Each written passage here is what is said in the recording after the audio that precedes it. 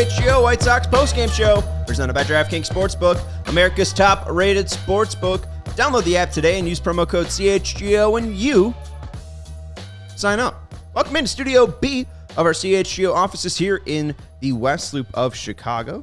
I feel like I did that wrong. I'm Sean Anderson. You can find me on Twitter at Sean_W_Anderson. Alongside me is the full CHGO White Sox crew.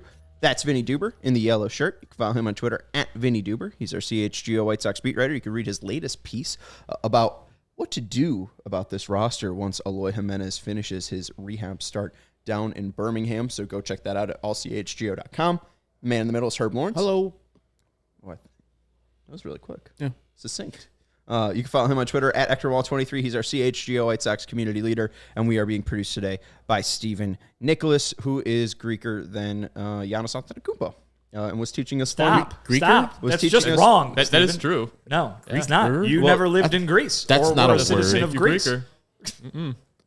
They're not words, guys. He taught us Greek earlier today. Didn't you learn anything?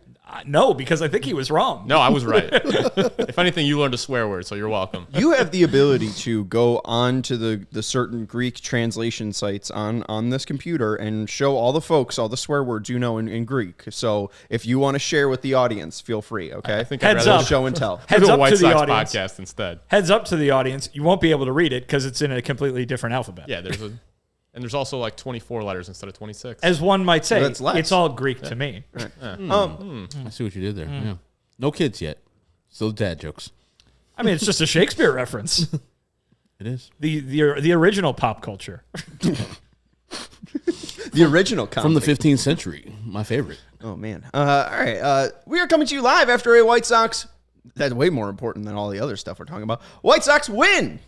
White Sox win 6-0. They shut out the Guardians, and they have won 5 of their 7 series in the month of May. So make sure you're hitting that like button. And real quick, before we get into Schwo Super Chat, what do we make of another series win here in the month of May? Herb, we'll start with you. I mean, specifically against that team, the Guardians, I think it's just getting over the bugaboo of last year. You saw what the Guardians did to the White Sox, specifically in the games that they played, and then when they won the championship of the AL Central, cheering and saying, fuck the White Sox.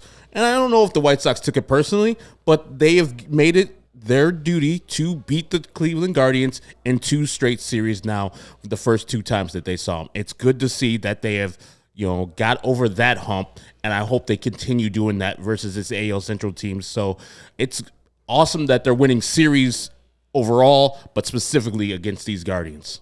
Man, Michael Kopech. I know we're going to talk about him, but he's the screaming headline from this week in Cleveland because he did it again.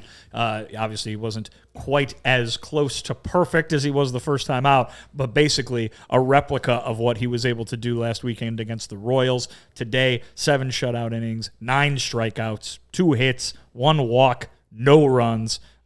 You throw it together with what he did in his last start. You're talking about 15 innings with no runs given up, with only 1 walk allowed, with only 3 hits on the board, and how about 19 strikeouts over his last 2 starts?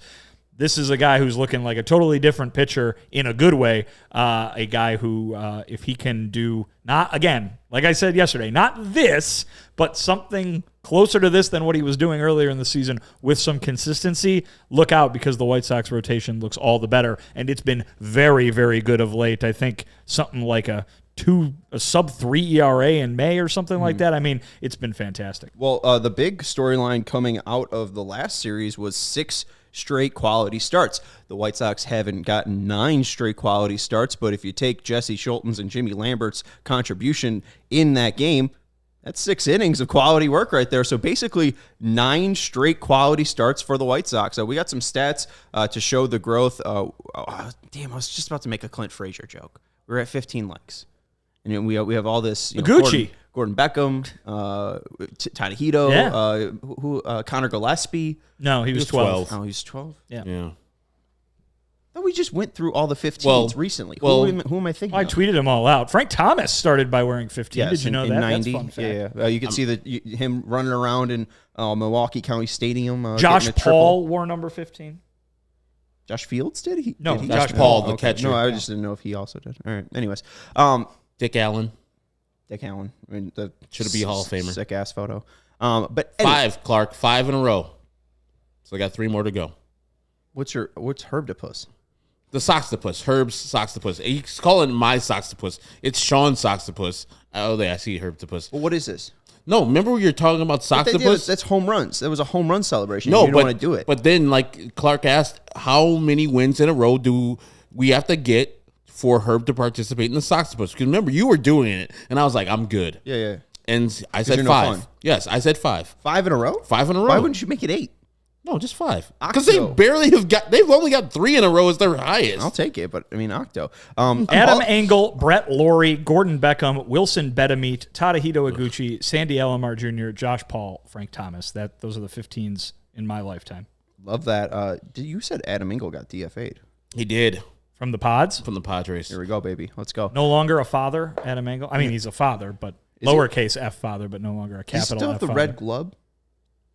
Probably. I didn't see Watch a lot some- of games. watch some Padres games. He was mostly in the AAA during his Padres time. Came up a couple times and then had to get DFA'd. The Chihuahuas have red. So, I mean, he'd fit in with Joe Kelly. Chihuahuas. Oscar Colas, I think, had a red glove.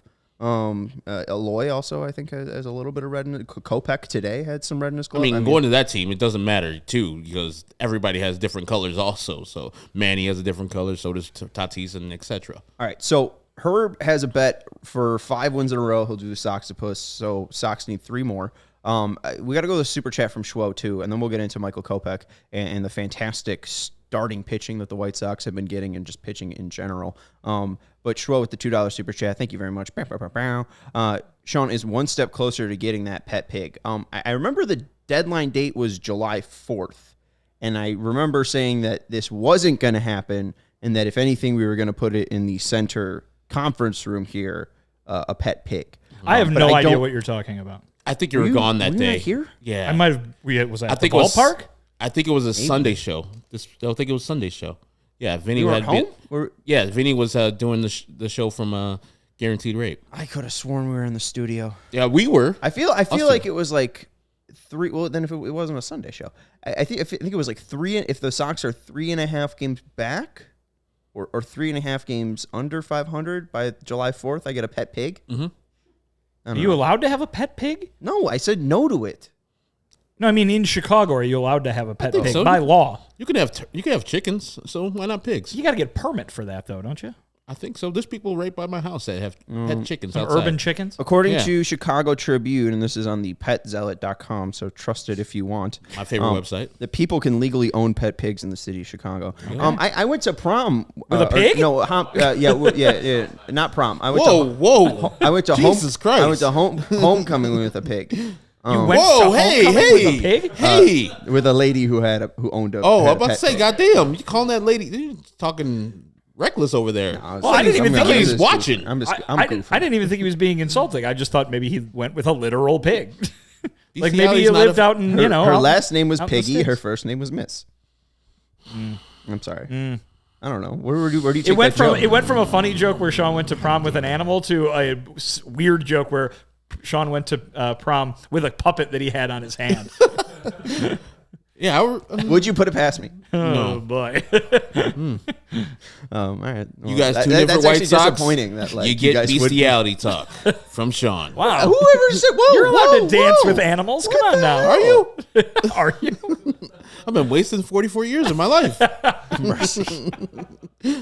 right, let's go into Michael Kopech's start. Steven, do you have the starting pitching graphic? I know you made a Not even you have 10 every minutes into graphic. this show. Good. 7 innings pitch. We have to do 2 of these today. This is the second one's gonna be all wacky. A little behind. Pull the curtains behind you. We'll pre-record something for Monday, and oh boy, we'll see how fun that one is. But 7 innings pitched, no earned runs, 2 hits, 9 Ks, 1 walk for Michael Kopech. Cal Quantrill. His dad was named Paul, right? Yes, still is. Josh Paul Cal Quantrill. That doesn't work. No. What? No. Josh Paul Quantrill. Trying to There it is, putting together. 4 innings pitched. Before and 6, after. It's a You're- callback. You're a big time Wheel of Fortune guy.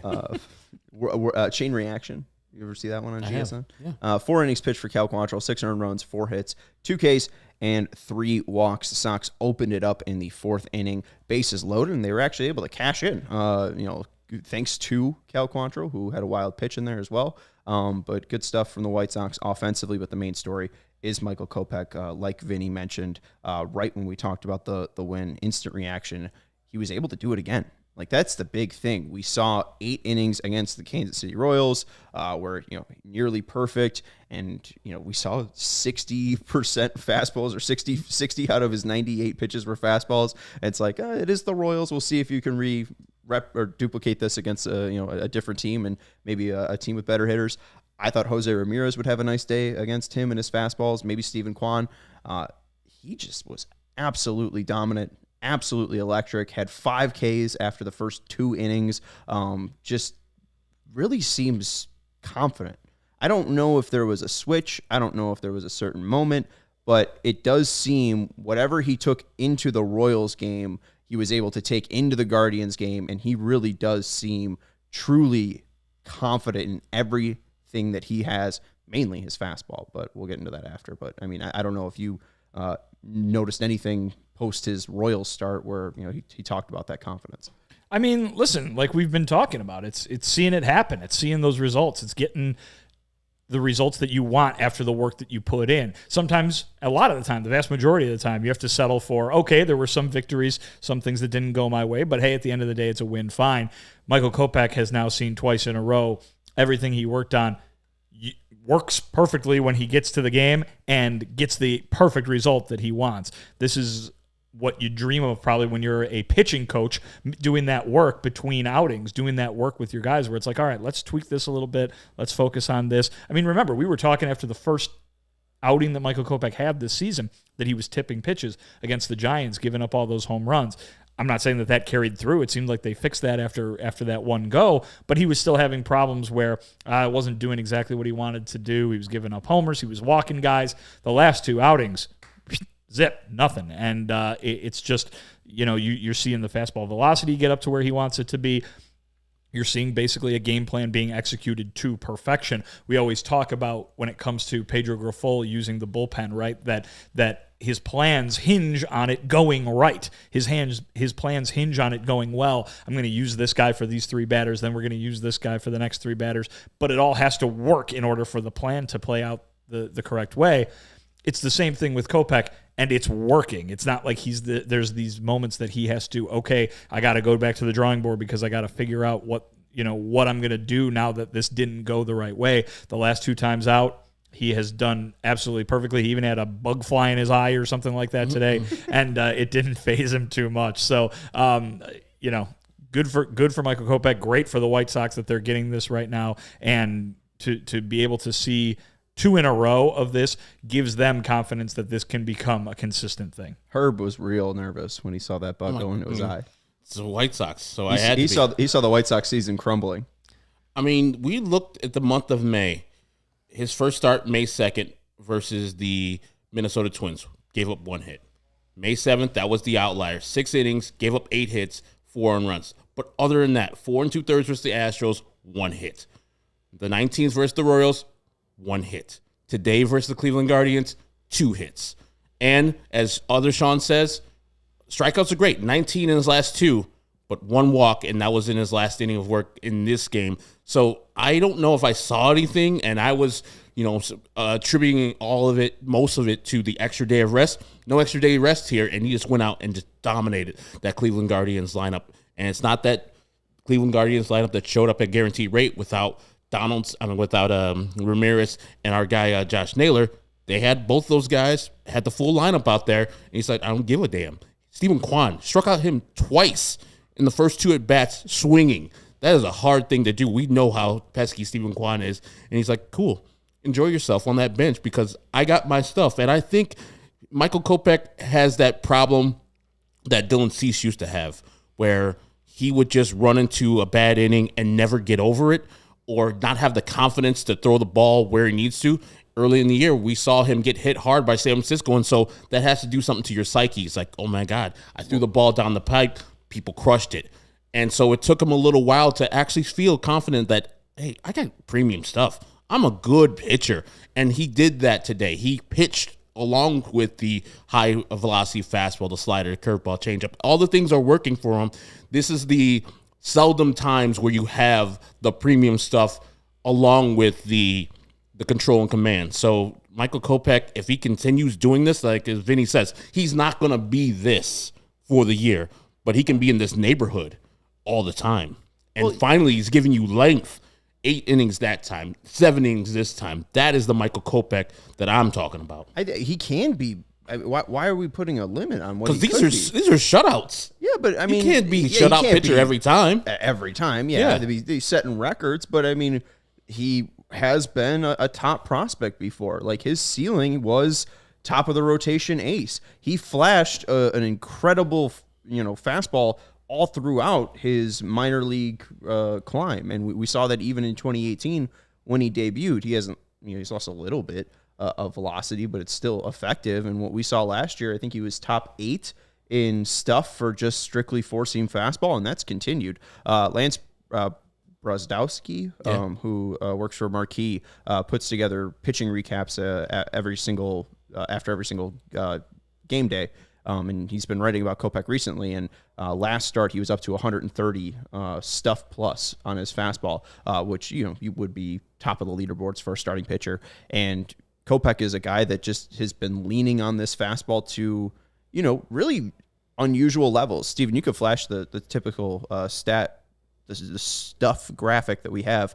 But Kopech, this is out of starting pitchers throwing four-seam fastballs out of 2022 and 2023.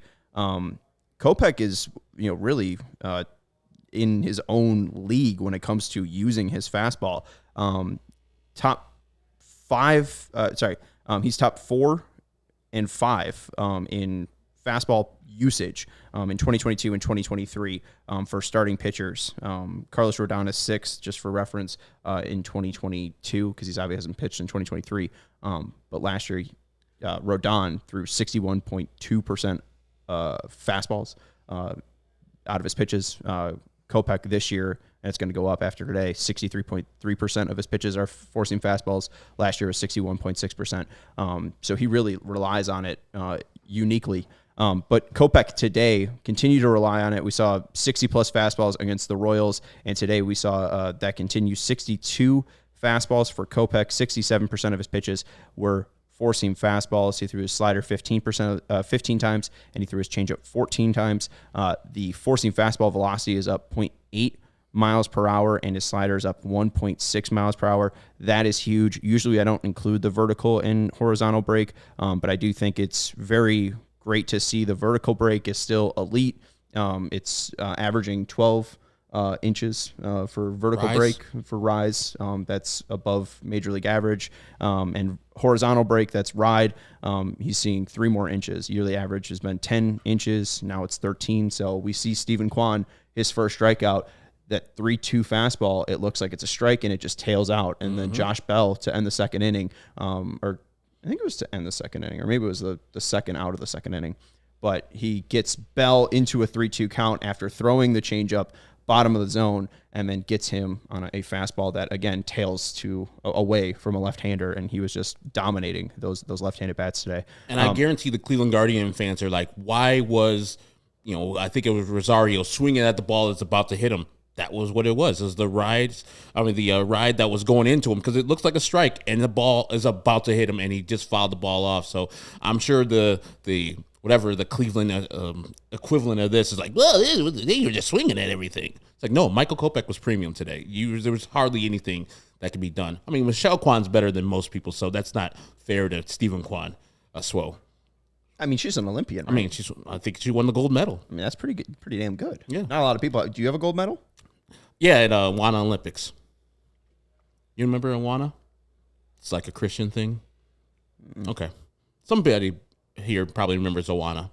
Do you have a gold medal? No. I've seen Moana. Is that what we're talking about? No, not the movie. Right. Awana. It's like that's Disney. This is Christian. Gotcha. A faux, Native American thing, but it was Christian. It was weird. No gold medals. But Kopech, going back to what he did today, not a lot of swings and misses for Cleveland. We talked yesterday about they do swing out of the zone a decent amount, and that kept up today. Kopech was able to get them to swing out of the zone 38% of the time. That's above their season average. So he was able to get them to swing and miss out of the zone. But 12 whiffs on 34 swings on his four-seam fastball, 10 called strikes on his four-seam fastball. Again, bringing up those walks, only one walk today. He was able to throw strikes today, 35% called strike whiff percentage on his four-seam fastball. On the day, 33% called strike whiff percentage. Major league average around 28 to 29%. But yeah, it's really the fastball that's the key. And if you have a team that's going to be able to key in and crush his fastball, then it might be a rough day for Michael Kopech, just because you throw hard, you're going to get hit hard. But he did a great job where, today, Cleveland, who doesn't have a ton of power, average exit velocity of 88.1 miles per hour on his four-seam fastball. So, maybe if this is the Yankees, even though he did great against the Yankees last year, maybe he has a little bit more trouble. But again, it's that elite movement on his vertical and horizontal ride and rise that really sets him apart. I'll shout out in the comments other Sean too, because he brought up Seby Zavala, and I think Seby Zavala needs to get some credit for what many of the guys on this pitching staff have been able to do of late. He's a guy that gets rave reviews from his ability to work with these guys. Now he has caught all four of Michael Kopech's last four starts, which are two good ones.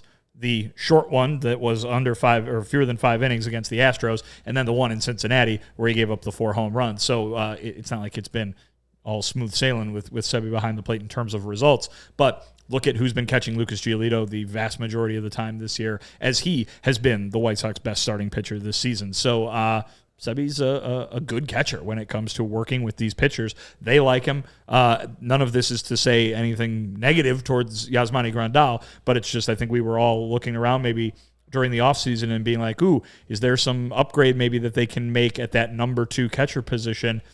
Zavala has done a really good job for them, even, forget about the offensive numbers and just look at what he's done working with the pitchers. It's been good, so give him some props for sure. Yeah, I think some people have been wondering about Seby's value just because the bat hasn't been there. We talked about his extreme BABIP last year and how that kind of shows his luck. He doesn't really hit the ball hard. He was just kind of finding places where defenders weren't. But he does provide defensive upside. I mean, he's a great framer. I know you like his catching ability over Grandal, just the ability to actually grab the ball. Yeah. I know you complain about that a lot, Herb. But it happens a lot. He's decent at with his arm too. So I mean, he provides a lot as an actual catcher. And he did that weird thing in Toronto where he was throwing down to first base every pitch. With Michael, it started with Michael Kopech's start. Yeah, where he was just, I thought like it was type of like a, who was that guy who couldn't throw back to the pitcher, the catcher? Oh, yeah. I thought it was that type of thing. Or a Major League 2 thing, Rube, where he was just, have to say like Playboy things to throw it back to the pitcher in his own mind. But no, it was just a weird thing. He would throw down to first base all the time. I was like, what? Is he just actually trying to pick somebody off? Or just doing it for shits and giggles? I think it was mostly for shits and giggles. Sasser? Oh, Mackie Sasser? Yeah. Mackie Sasser? There's a lot of them, yeah. Mackie Sasser. The Chuck Knobloch was the second baseman who couldn't throw to first anymore after a while. But this guy's old. Wasn't Steve there Blass. One fairly recently? Was it like Chris Iannetta or something like that? I don't know, but... I don't want to shit on Chris Iannetta for no reason, but... The pitcher the hitter that turned pitcher or pitcher turned hitter, Rick Ankiel, couldn't throw anymore. And so he turned into a hitter because he couldn't throw correctly over the plate. John Lester couldn't throw to first. Yep. Yeah, those bugaboos. And now we're seeing modern day one where Trevor May, who's out in Oakland, is going through some anxiety, and he came back last night and immediately was wild, and the crowd was booing him. It's like, man, give the man a little break, a little grace. These things are mental, and that's what I thought it was a Seby, but that was just a thing. But he's been nothing short of spectacular as the backup catcher. I wouldn't want him to be starting more majority of the games because now when Eloy comes back and other players come back, there's going to be a roster crunch. You can't get a lot of playing time for Grandal because that bat is premium. right now is doing its job, but Seby is doing exactly what he is paid to do as a good backup catcher. Get a couple hits when you can, but mostly make these pitching staff better. Well, part of the reason for bringing this up was the fact that Seby is probably catching more than your regular run-of-the-mill backup catcher because Yasmani Grandal has had health issues throughout the first 2 months of the season here. You've got those back spasms that were knocking him out of some games, and then now we hear from Pedro a little while ago that just having sore legs from that hamstring thing that knocked him out for a weekend series it's lingering, and they're going to have to deal with it, and it might just mean play him a couple of games and then give him a day off or however they want to handle that specifically. But that means that he's not going to be able to catch certain days. And yeah, they can use the DH spot, but Herb, like you said, Eloy coming back is going to make that. If you want to put Yaz at the DH spot, it's going to squeeze somebody else out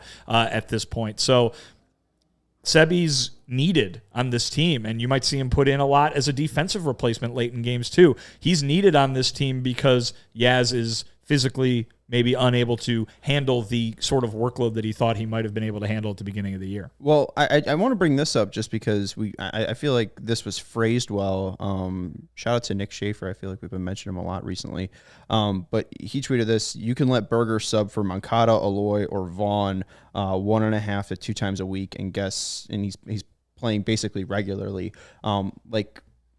It's probably good that Grandal just might get some complete days off, right. It's probably good he that needs them, right? And it's probably, I think Moncada, you talked about his speed, how he looked a little slow charging home on that sac fly. He probably needs some days off. Right now, the White Sox having kind of too many players or too many guys, and maybe a roster crunch or position crunch, and maybe some time issues.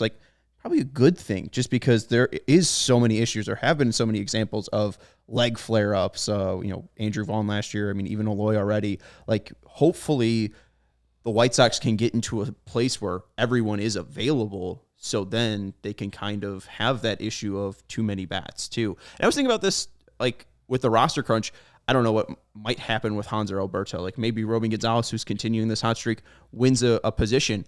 Maybe it was a really smart move to include Hanser Alberto on the opening day roster because he has that relationship with Pedro Grifol. And if they get to a point where they're like, Hanser, we're going to need to designate you for assignment, he actually accepts that assignment and goes down to Charlotte, knowing that if there is a moment where you need to get called up, he's going to get that respect from that manager and get that playing time. So, we might see the White Sox be in a position where Hanser Alberto could be depth. I mean, that would be, everything ideal. Falling. Yeah, it'd be ideal. Yeah. But also, I don't know if many people are knocking on the Hanser Alberto door. So, I think a team would pick him up immediately if he was available. Really? He plays a lot of positions and is hitting pretty well. Well thought of veteran, too. I mean, just a guy who you can plug in anywhere and he knows what he's doing. I don't know how possible it would be that he would accept a minor league assignment. But think about your guy, Steven. He has an OPS plus of 80, by the way. I know he had that hot streak there, but he is below average. There's a reason Romy's playing over him right now. Yeah. Right. Well, but he's also hurt. He's also hurt. Think about Steven's guy, Josh Harrison. Did you think he was going to get a job after that? He got a job immediately. I don't think I ever said Josh Harrison wouldn't get a job. I thought the White Sox actually probably could have re-signed Josh Harrison. I'm just saying, that's the type of player that I think Hanser's in that same vein. Can play a bunch of positions. Vinny had the list last year of players that were positive offensive contributions at second base and positive defensive contributions at second base, and Josh Harrison was one of the few. It's true. So that's not. I mean, Hanser Alberto isn't. You don't think Hanser Alberto get picked up immediately? No. Oh yeah, I think he would. He DFA'd immediately. Somebody's that's perfect. He beat out Leury Garcia for a position battle. Where is Leury Garcia? That doesn't mean that Hanser's not here and Leury's down here. That doesn't mean like they're right next to each other. He has a career OPS of 674. His OPS right now is 663. And people value that. Maybe he'll be picked up by the A's because he can play third. The A's are a team. Short and the second A's base. are a team. You hear us talking about how we don't trust Jake Berger at second. Hanser Berger go play second base. Those things are valuable to have one guy can cover 3 positions for you immediately. I'm not saying that that's not true, but again, if we're talking about a roster crunch, Romy Gonzalez can also do that. I mean, we heard Ben Zobrist's type from the general manager. So I'm just saying, like, I'm not arguing that point. I'm just arguing that you're devaluing Hanser Alberto.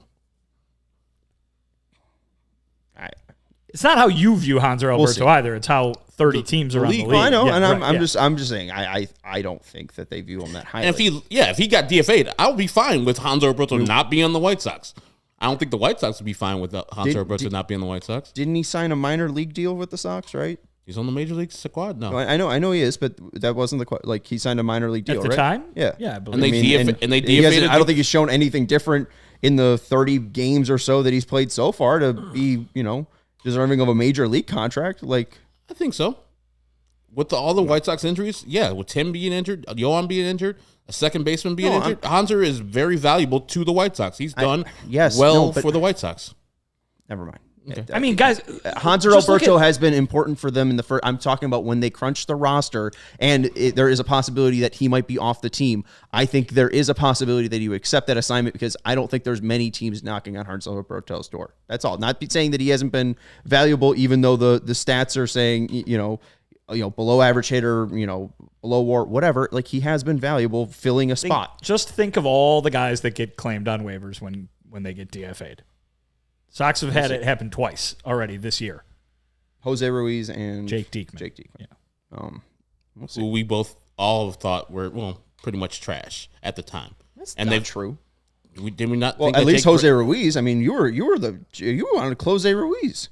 Jose Ruiz. Is he not shown all right in Arizona? I don't think you were saying that the White Sox made a bad move by DFAing him. I don't know if he made a bad move, but I thought it was a little early. All right, take a break. All right. Sean's already exhausted. I'm not exhausted. Frustrated. Read your ads. I'll read my little ads. All right. Vinny's got a hat behind him. He's got a Pins and Aces hat behind him. And our guy Steven just took a golf trip down to Scottsdale. I know you had some Pins and Aces stuff that you were rocking. I was rocking the polo. I had the liquor stick. Can you explain that? I'm sorry? The liquor stick. So it's a stick. It's a stick you fill with liquor. Okay, and then it has this really cool dispense on it where you just press a little button. It's electric. And it shoots it out so smoothly. Into what? Shoots it out? Into my cup of Sprite, which I had vodka. So it's like a hand sanitizer? like a keg kind of situation. It's much more simple than that. You just press a button and it just dispenses it out really nicely. Gotcha. I also had the shot tea. That was pretty fun. So what you do is you it's like shotgunning a beer. You use that as your tea though. Hit your tee shot, and then you shotgun it afterward. So I did a couple of those, and I actually had a really good drive on both of them. Nice. Yeah. Congratulations. Smooth ass hat though. What were you shotgunning? A beer. Okay. All right. 312 beer, to be specific. Yeah. Wow. Down There in you go, Scottsdale. Steven. Company man Steven. That's right. Pins and Aces. And I was wearing my Shady Rays, too. As I wear my Shady Rays. I'm not He lying had it about all. any of this. This is I know he 100% did. He had true. it all. He had it all. He was also on hold waiting for to get his Combat Energy Efficiency program set up. Pins and Aces is the official golf apparel partner of All City at CHGO, and Steven loves his Pins and Aces gear and got tons of compliments down in Arizona. They're a family-owned golf apparel and apparel business, and they make amazing polos, hats, golf bags, and even our favorite beer sleeve.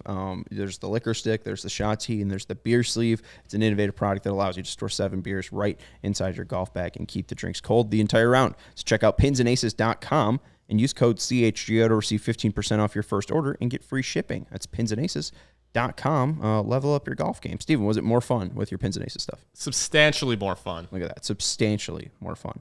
I think Sox Mom, Melissa's hanging out with us in the chat. She used Game Time this past Sox homestand to get in and not stress about getting into her favorite event, whether that was a White Sox game, sports, music, comedy, and theater near you. Game Time is the fastest and easiest way to buy tickets, and the Game Time guarantee means you'll get the best price if you find tickets in the same section and row for less. Game Time will credit you 110% of the difference, and their lovely, lovely support staff will get you your money or your credit as fast as possible. Herb got his in 12 minutes when he got the Game Time guarantee. And you get images of your seat before you buy, so you know exactly what to expect when you arrive. My girlfriend is in the waters of trying to buy Taylor Swift tickets, and you can buy a. Is that how it works now? That the Taylor Swift tickets are so sought after that you have to actually like swim to an island to retrieve them? Yes. So the credit card company that she works with, they're not paying us, so I'm not going to mention them. They're actually releasing a few tickets, and they're burying it in where was the alligator found? Humboldt Park Lagoon. Humboldt Park. Yes. Yeah, they're burying it in Humboldt Park Lagoon. You have to scuba. Swim down to the bottom. Yes, okay, and then so that's why she's in the waters. There you go. There's keys on the shore, and then you have to find the key number 3. There's a box number 3. You got to scuba down, unlock it, and that then Taylor there you go. Swift. Taylor Swift. That Taylor Swift. But I don't think your music's that good enough. I'm not doing that. dude, Game time would be much easier. It's true. all I was trying to the game time thing. No, you're right. The game time thing. You could see where the seats are, and she saw that she could pay $1,300 for blocked seats behind the stage. So, yeah, For Taylor Swift? you haven't heard about this? Oof. Yikes. Block seats? Yeah. Oh, like behind the stage, Like the pole seat at Wrigley. Oh, so Yeah. you can't. So you just hear her music, can't really see her. Yeah. pretty much. It's like So- going to Ravinia. So she didn't buy those. Thank God. Right. So you can get images of your seat before you buy those bad blocked seats, and you can get the best seats possible, and you don't have to stress with game time. Do you know what? $1,300. Do you know what I would do? There's a thing on there called Affirm. She wants to go in those block seats. You just pay monthly or There you go. bi-weekly. I do with that. I did that for the Avett brothers out in Colorado at Red Rocks. Or she could buy that's fun. non-block seats and also use a firm. Just Or she pay that could, much more. or she could use that money to go to like 100 concerts, also on Game Time. Like, I get it because like before the ticket, the concert was announced, like this was all that she was like thinking about. So I understand needing to go to this concert. And That's here, good. let me That's good right let me there. finish this out. Also, that's Schmo, good. I don't think you've gotten back to us on the bet, so make sure Yeah, you he finish did. this out. Yeah, he did. He in the All right, comments. It's way we'll up finish there. out this read. If you want to buy Taylor Swift tickets, they could be $1,280 with code CHGO. Download the Game Time app, create an account, and use code CHGO for $20 off your first purchase. Terms apply. Again, create an account and redeem code CHGO for $20 off. Download the Game Time today. Last minute tickets, lowest price guarantee. And hey, if you want to go to maybe a White Sox game, those are much more affordable, and you could probably get a couple for $20. You could go to a couple games for $20. How about with this? that code. So I'm going to blow your minds right now. You ready? Mm-hmm. I have seen Taylor Swift perform live. Really? So 2013, I went to see the world's greatest rock and roll band, the Rolling Stones, at the United Center. And during this whole tour, this was their 50th anniversary tour, and every stop, they were bringing out a special guest. They played at the hockey arena in New Jersey. Bruce Springsteen's there. They're playing all over. They've got, they brought out Clapton when they were in London, all sorts of crazy cool stuff. They come to Chicago, and we're like, oh, Buddy Guy, their guy, right? Buddy Guy. They're going to bring him out there. It's going to be great. We're so pumped to be here and see not only the Stones with all that went along with that, but they're going to bring out Buddy Guy, and they're going to do a blues song. It's going to be great. But this was all surprise, right? So there was never announced. You just had to figure it out.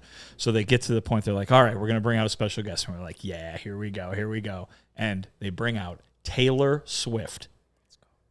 And this is 10 years ago, Taylor Swift. So still popular, but not whatever And the popular place she is now. erupts. Everyone sat down. Oh yeah, like Everyone know your sat down. audience. No It one's was there for a Taylor joke. Swift. And they played a bad Stone song on top of it. What'd they play? As Tears Go By. What is that? It's the one they wrote for Marianne Faithfull. It's not one of my favorites. But yes, literally everyone in the place sat down. The song ended. She left. Everyone stands back up, and they did the rest of the show. It was great. That's Like, what did they think it was going to be? A pop? Yeah. 50-year-old dudes. Yeah, right. that's my shit. That's like Jay Zawoski, Lawrence, and Casey and I were all talking about us going to the National this past weekend. It'd be like if the National brought out like Ice Spice, like all those dads just being like, Brought out what? Ice Spice, exactly. Is that one of the Spice Girls? No. For you, it is. Okay. It might as well be. That's the best way I could explain. I barely Ice know Spice to who you. she is, and I'm supposed to, but no. Dun, dun, dun. I Don't even know a song of hers. Hey, she's got a song with Taylor Swift. Let me look at this. We're just tying this all together. All right, let's go back to the White Sox. Oh no, real quick, just about Taylor Swift, just because you Okay. Sean's not done. $1,300 for this. So too much. There's 3 concerts that are going on at Soldier Field, and like I was looking on Game Time, and it was the lowest prices for all these concerts, and it's Ed Sheeran, $50. You can get upper deck seats for that bad concert for $50. Wow. You can go see Beyonce for $140 up in the upper deck, and you could go see Taylor Swift in the same seats for $1,300. What? Yeah. Like again, you were making fun of me for spending $200 plus $250 for seeing Lollapalooza in 2013. I saw like 18 concerts for $200. You're gonna go see one concert for $1,300? It's too much. It's too much. I think under the seat you get like $1,000 back. Like that's Like an Oprah type giveaway kind of thing. You get an iPod Touch. Oh, that's nice. All right. So real quick, we'll go to Dan's comment. Fox Sports says 88's playing tomorrow. I don't think Fox Sports has a beat reporter in Cleveland, but I think what we have learned is Luis Robert has a very specific injury. He's day to day. He told the beat writers today after the game that he's playing tomorrow. Oh, okay, yes. cool. So he is playing tomorrow. That's from James and Daryl and Merck and the fellas out in the Cleve. Absolutely. The Cleve. oh man, they're gonna have a great time tonight in Detroit. Steveland Wonder. Wonder's not his real name. Morris, I believe it was. Yeah, but Hardaway Morris. Yeah, I know, but I'm kind of blending the two. Yeah. Evitz Red now. So, what? That's Stevie Wonder backwards. It was one of the titles of his albums. Oh. I don't know, Melissa. If they had Michael Jackson, brought him back to life, I would go pay $1,300 for it. Yeah, I would. I'd see dead. Yeah, Michael Jackson. Probably still be better than Taylor Swift. Why don't you just invest the $1,300 in a time machine and go see whoever you want back in the You think a '70s for time like machine's gonna $4? If it's only $1,300, baby. You think a quality time machine's going to cost $1,300? I said invest. Okay. Invest. Okay. Yeah. I mean, Contributed to the effort. okay. But Luis Robert, this is what he hurt. Here we go. Very specific with the beat writers. This is Dr. Anderson, Dr. Duber, and Dr. Lawrence reporting for More duty. like a PA. PA? Yeah. All right. You're just a I didn't go to the doctor. So Luis Robert is day to day because he has hurt his rectus femoris, and as you could see, that is right kind of in the middle of the leg. And I just with my 7 years of doctor school, I like how you call it doctor school too. it flexes. As they do. I went to doctor school. Vinny, where did you go? Where did I go to doctor school? Where'd you go to doctor school? I don't know. That reminded me of Operation. Are we going to be trying to extract something from Luis Robert Jr.'s leg? Yes. The rectus femoris flexes the hip along with the sartorius and the iliopsoas and extends the lower leg at the knee, working in conjunction with the other 3 quadricep muscles. So yeah, I don't know what the hell it does. I think when he fell down in the outfield, maybe he hurt his leg. He's got a tight hip. He got a tight hip. Got a tight hip. So yeah, I do My like professional medical opinion. very, very, very specific with it. In hockey, it was always lower body injury, and we are getting very, very specific to the actual muscle, so all of us can play doctor. And, I just pumped up my guy, Close Ruiz, blew a save versus the Phillies. Let's go. Son of a bitch. Oh, once a White Sox, always a White Sox. But expect Luis Robert in the lineup tomorrow, and we have a pregame and a postgame tomorrow. So we'll talk about Luis Robert being in the lineup then. All right, let's go to. We talk about the 9 straight quality starts. I mean, not really, because again, Asterisk 9. Yeah. Combined quality start. But if we go to that one stat, Steven, kind of showing what they were before and after. This was flashed on the NBC Sports Chicago broadcast today. First 28 games for the Sox. 7-21, an ERA of 5.88. They hit 26 home runs in 28 games. They had a slugging percentage of 367, a run differential of -68. They won 0 series.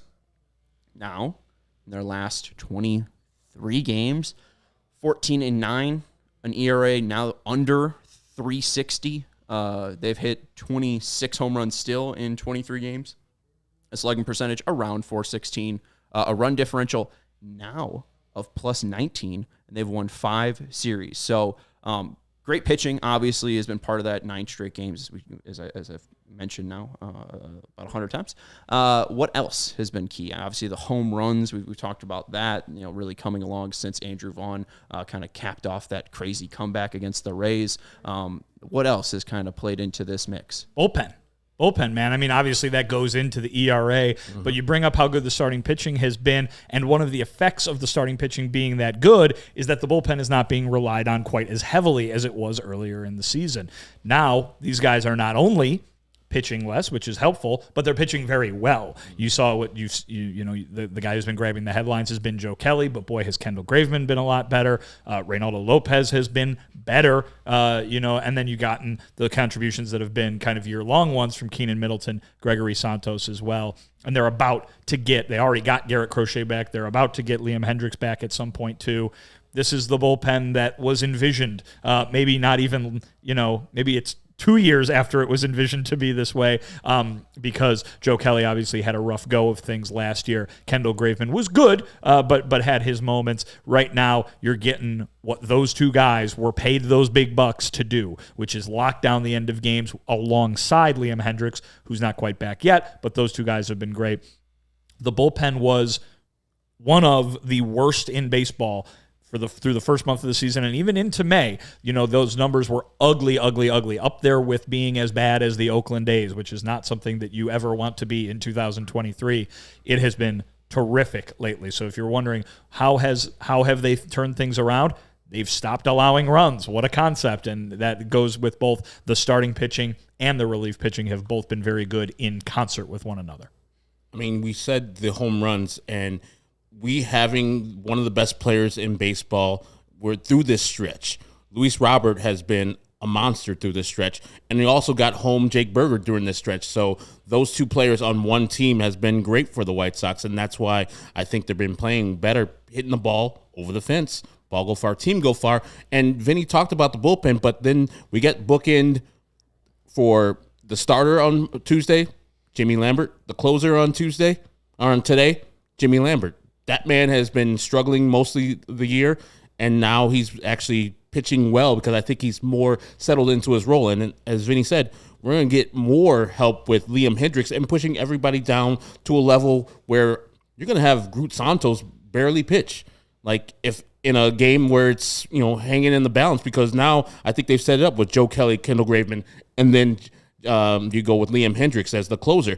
Groot Santos has been excellent this year, and to have him just be like an afterthought is great. Well, same thing. An afterthought. I mean you're not going to be used. Was their worst pitcher and was used like the most over the past 2 years. Yeah, because we're losing all the time. I think this team, if they're 9 games under 500, they're winning more. I'm saying they're winning more. They're winning more because they're playing better baseball, because the starters are doing their job and the bullpen is well rested. And then when they come in, they're just absolutely filthy. So I think, I'm not saying he's not going to be great. I'm just saying we're not going to be like, oh, man, it's Groot Santos time in the 7th inning. No, it's going to be Joe Kelly time, Kendall Graveman time, and then Liam Hendricks time, as Rick Hahn scheduled it to be last year and this year. Absolutely. You guys are doing a great job of hitting that like button. We got 120 people or so watching. We got 50 likes. So if you haven't liked it yet, make sure you're hitting that like button real quick. The bullpen's been better. The starting pitching's been better. We mentioned the home runs, but you have mentioned that, it's Jake Berger and Luis Robert doing a lot of that lifting there. We had a question not too long ago on an off-day show. What unit were you most worried about? The starters, the bullpen, the lineup? Are you most worried about the lineup out of those three now after, we close out this series? I think the bullpen always is going to be a concern no matter what because of the volatility. I think the hitters they're fine. They're all right. I don't really worry about them, especially when Eloy comes back, because as we talked about early in the show, I think they have great problems where they have a bunch of people who are doing great jobs. Even though he's not doing a job that would warrant him a start, Clint Frazier's been nice. I think they have an overabundance of players that can hit the ball consistently and well. And I know we're going to go to Tim Anderson and what he's done and changed his swing. If that man ever gets too close to what he usually is, I think the offense should be fine. Pitching staff, the starting staff specifically, has been filthy. And maybe you have a question mark because there's no Mike Clevenger for another start, and so you got to do another bullpen day. But I think out of everything, out of those three categories, I would say still I'm concerned the most about the bullpen, but I'm not concerned at all about the bullpen, if that makes sense. Yes. Okay. Vinny?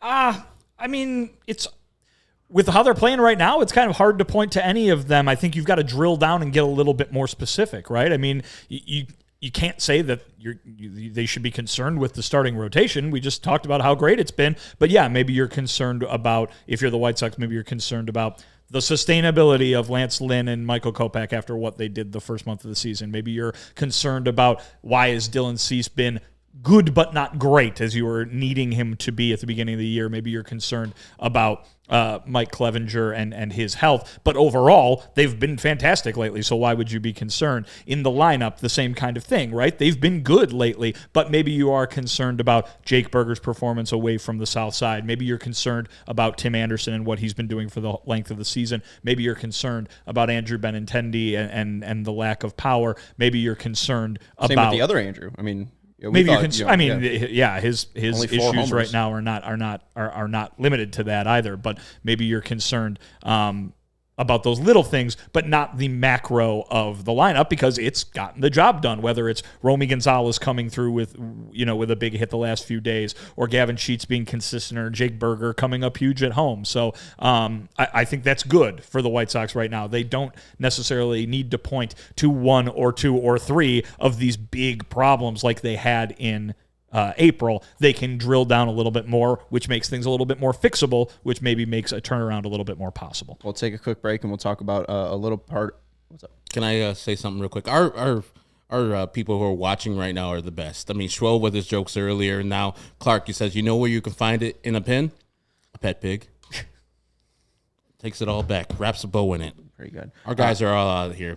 Can we go back to Schwo real quick? Did he followed up on the bet you said? Yeah, he did. Okay, well, we can go to a super chat as well because I do have an answer for that. For the end of the show, and we'll just do it now before we hit the ad break. Vinny, it's damn near summer. What are the best neighborhood street festivals I should go to? Anyone can chime in, though, since it was directed to you at first. And thank you again for this super chat, Schwo. We appreciate you.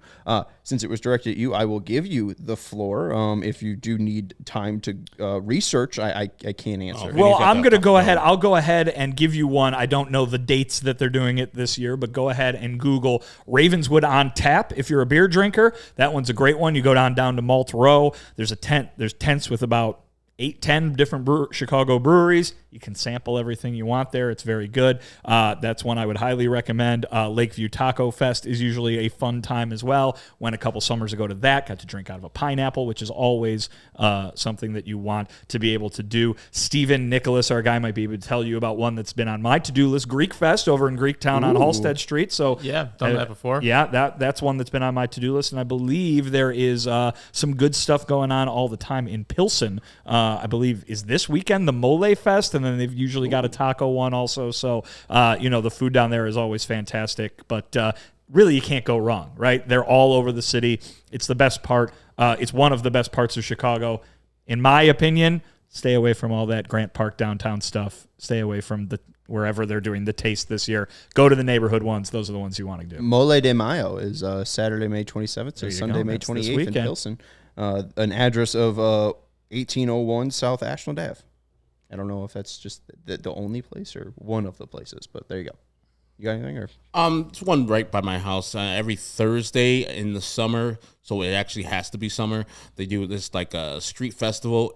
I live right by Argyle, so it's Asia on Argyle, so there's a lot of good Asian food there. There's good music there. People just going up and down. If you like Asian food, Vietnamese, Chinese, Japanese food, it's your spot right there. I might have to go on down to Mole Fest in Pilsen on Saturday. It sounds fun. I might have to check that out. I've not heard about that. That might be on my to-do list this weekend. Good mole is delicious. Oh, it is very good. It's something that I am very intrigued by. I've had it very sparingly, so going to a festival to try a ton of different moles sounds pretty good. Yeah. All right, so the one that I would throw out that I've been to, I saw Super Chunk there. I saw Open Mike Eagle there. Wicker Park Fest. July 28th, July 30th. It's their 19th season on Milwaukee Ave to North Ave to Paulina Street. And the best part, it's presented by Goose Island Beer Company. Oh, honk, honk. Boom. I don't know who is playing this year. They have not announced the bands just yet. They're saying new artists are coming soon. So we will see. Last year, Local H played. That's probably like the biggest one. The Happy Fits returned. Laura Stevenson, if anyone likes Laura Stevenson, I do. Caroline Rose as well. Just to name a few. So I've always liked Wicker Park Fest. But anyways, those are some. I don't know when it takes place, but there's one out in the south side. It's the Chosen Few DJs fest that goes on out south, and then I think it's the Silver Room one that happens in Hyde Park. So check out both of those. Maybe Chosen DJs. I don't know when that is. So Chosen Few DJs. Picnic and Festival, 63rd and Hayes. It's like by where the Obama library is going up. Is that your favorite impression to do, Joe Biden? No. That one is who was that? The singer Hank Williams Jr. when he was on Fox. You're doing Obama, an anti-Obama Yes. Obama. Okay. Like last homestand, you made a Hank Williams Jr. quote tweet. Yes, All my rowdy friends are. I think you had a rowdy friends tweet. No, I did. I did the Monday Night Football song. Yeah, right. So I mean, hey, we're all quoting Hank Williams Jr. in this month of May. That's something that you want to be doing. Just the songs. You did. Just the songs. You two have. Just the songs. That's it. All right, let's go into our break. And Schwell, real quick, we'll pay off the bet. Herb has to shave his facial hair if the Sox are not within 3 games of first place by July 4th. Sean has to get a pit pig if they are within 3 games. No. We said no. So thank you for the suggestion. I'll do it. No. I'll do it, Schwo. Herb's stakes are way lower. Yeah, exactly. Yeah. I have all the equipment at my house. Sean has to literally find a pig and keep that sumbitch at his house. I will shave my face. That's Jackson Park. How is Thank that you, not fair? Window Gates. Why do I have to get a pet pig? What the hell? All right, let's take a quick break. I'll let you know about the fantastic shades that Steven was wearing down in Arizona. Take on the sun with gear built to last. Our friends at Shady Rays have you covered with the warm weather ahead with premium polarized shades at an affordable price. Shady Rays is an independent sunglasses company that offers a world-class product that's just as good as any expensive pair we've worn. They have durable frames and extremely clear optics for outdoor adventures like golfing. And that's not all. Shady Rays, I don't know why I said it like that. Shady Rays offers the most insane protection program of all of eyewear. Every pair of sunglasses is backed by lost or broken replacements. If you lose or break your pair, even on day one, they told us that they will send you a brand new pair. No questions asked. You go wear your Shady Rays with confidence because they have your back long after your purchase and after within 30 days of your purchase. If you don't love your Shady Rays, you can exchange them for a new pair or return them for free. There's no risk when you shop. Their team always has your back. Golfing. Exclusive for our listeners, Shady Rays is giving out their best deal of the season. Go to shadyrays.com and use code CHGO for 50% off 2+ pairs of polarized shades. Try for yourself these shades rated 5 stars by over 250,000 people. Also want to let you know about FOCO.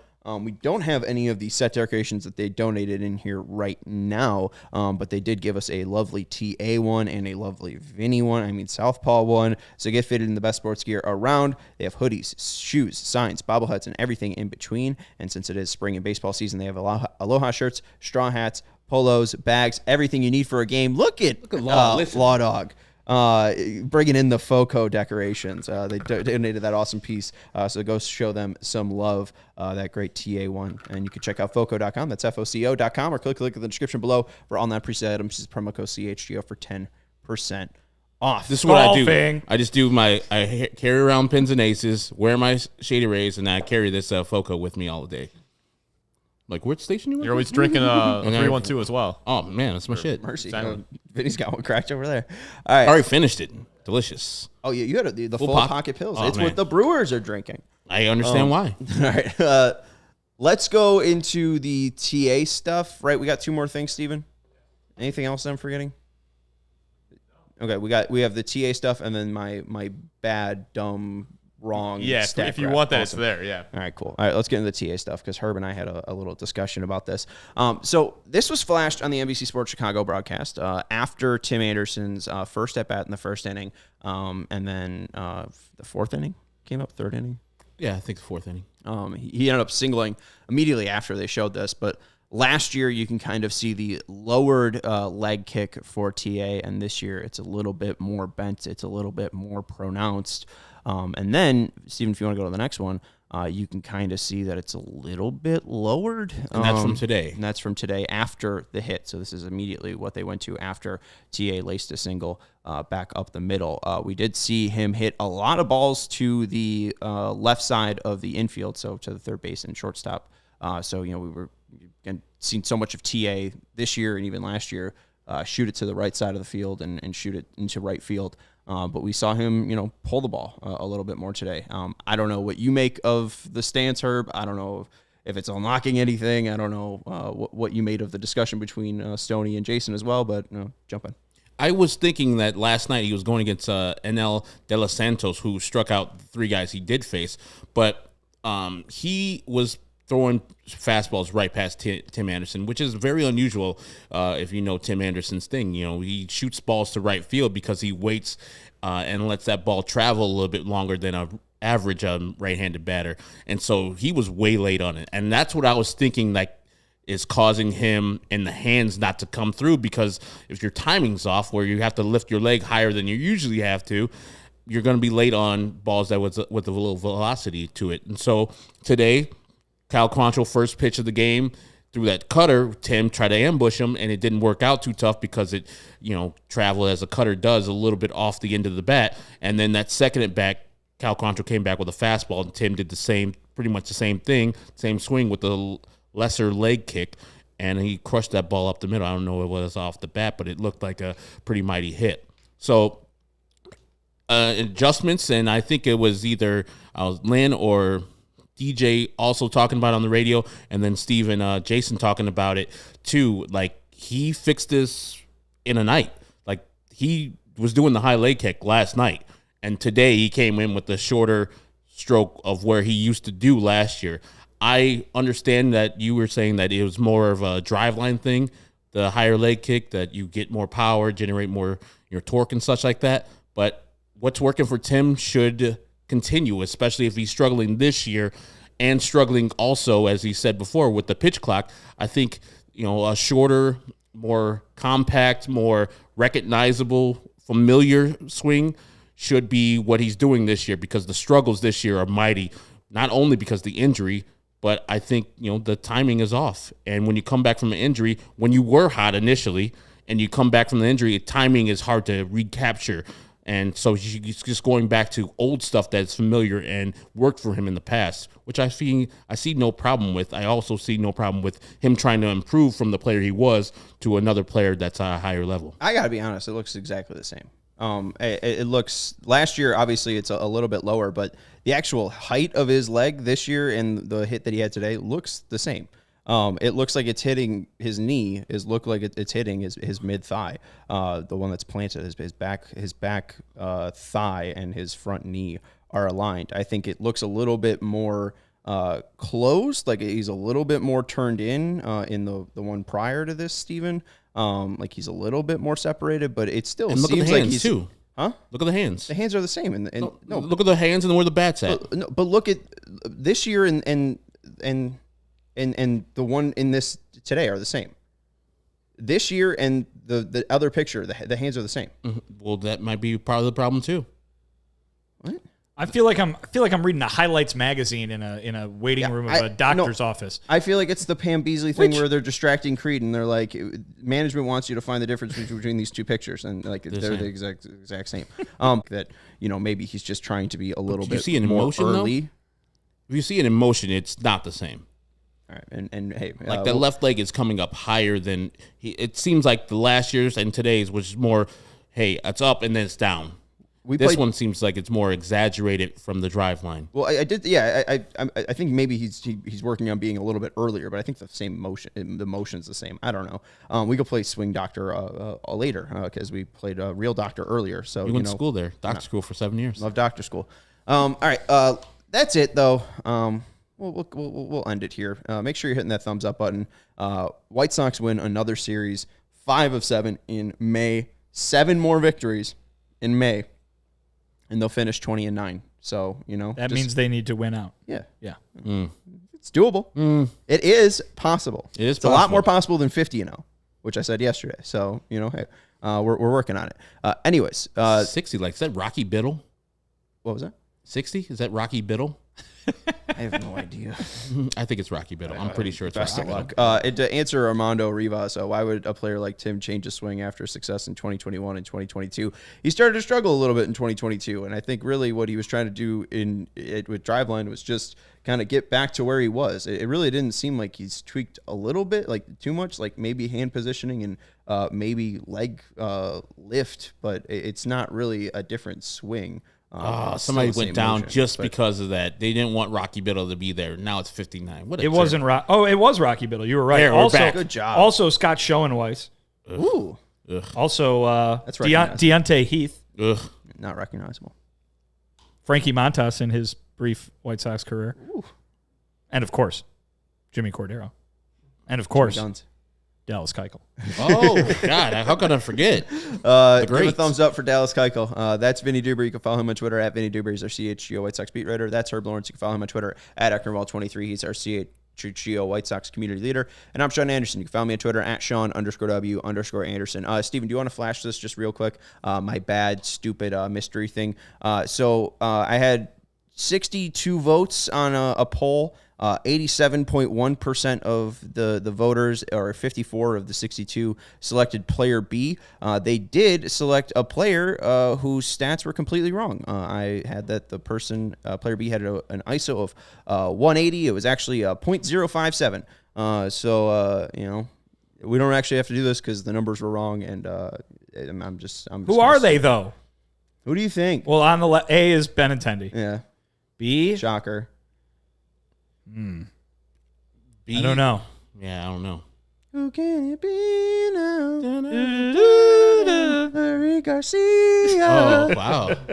Wow. Yeah, Larry. Did you purposely pick a song that you could sing Larry's name to the tune No, of? just kind of happened. He That's saw Second Liam- City. Call me up. He saw Liam on the screen. He's like, let me go to Australia's favorite band. I'm a big Overkill guy. That's a great one. 61 likes. Willie Garcia of the Trace Garcia outfield. Let's go. All right. And Larry Garcia. Look at that synergy. So that's going to do it for the CHGO White Sox podcast. We'll talk to you tomorrow. We got a pregame at 5.